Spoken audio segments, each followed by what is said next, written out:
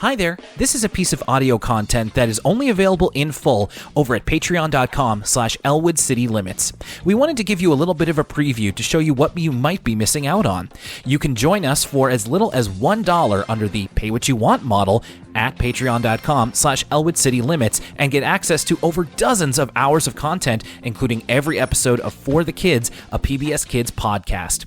We appreciate you listening, whether you're a patron or whether you're listening on the free feed. You're under no obligation to join, and thank you very much for checking out this preview. But if you'd like to know what these episodes and extra content sounds like, here's a little bit of a sneak peek. So, yeah, you already touched on it, and I think this is going to be the main thing that's going to be the topic of conversation when talking about Gumball, and that's the way that it looks. So Ben Bukele in interviews has said that the show's look is basically a mishmash of everything that he and others who work on the show have seen in animation and just the world in general, and they're all mixed together, just as any creative process would be. I've seen him cite various inspirations like Who Framed Roger Rabbit, the works of Hayao Miyazaki, Dragon Ball, just to name a few.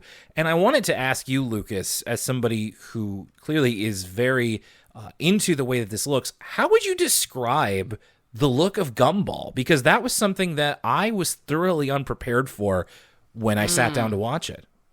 Well, it's mixed media, right? It is the rare show where it's not just Flash animation, it's not just Maya, you're seeing 3D animation layered over live action footage, layered over characters created in Maya. There's stop motion, there's claymation.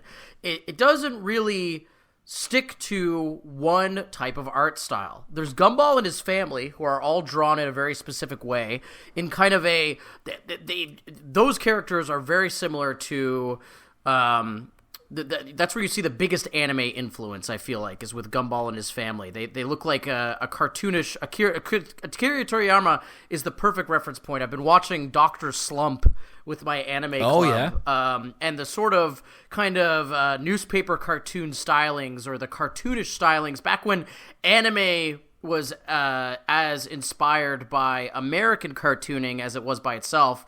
You know, Dr. Slump has this kind of post-Mickey Mouse look. And Gumball and his family are kind of the synthesis of those two things. So the way they express themselves and the way their eyes look are very kind of 70s anime, but they also kind of have this look of kind of early 20s, kind of... Cuphead is doing something with that sort of art style as well.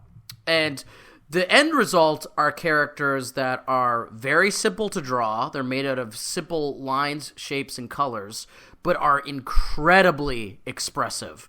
And that's the other big thing, the other big influence besides anime and other cartoons, is you almost see the internet's influence in the way these characters look and the way they animate. Yeah. Because whenever someone reacts or does a big expressive face in Gumball, it seems like it's inspired by meme culture or meme faces, because they're kind of overdone expressions. Whenever they do kind of a SpongeBob style freeze frame of someone being shocked, it seems like it's influenced by internet images as much as it's influenced by other animation. So they really are drawing from a wide variety of influences, but there's just as much of a wide variety of animation styles, because what I just described is only really the core Gumball crew.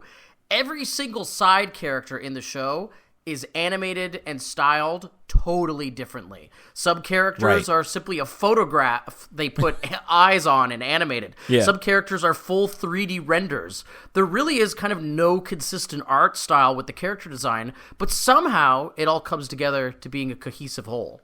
Yeah, exactly. Nothing ever felt out of place, and I would be surprised at what I would be seeing, but then I'd be like, no, okay. Like, I think we've set up enough that this is what to expect the unexpected, I guess, would be the typical viewing experience. Okay, that's going to do it for now, but we will see you next time on Elwood City Limits or at patreon.com/ElwoodCityLimits if you decide to join us. Thank you very much, and have a great week.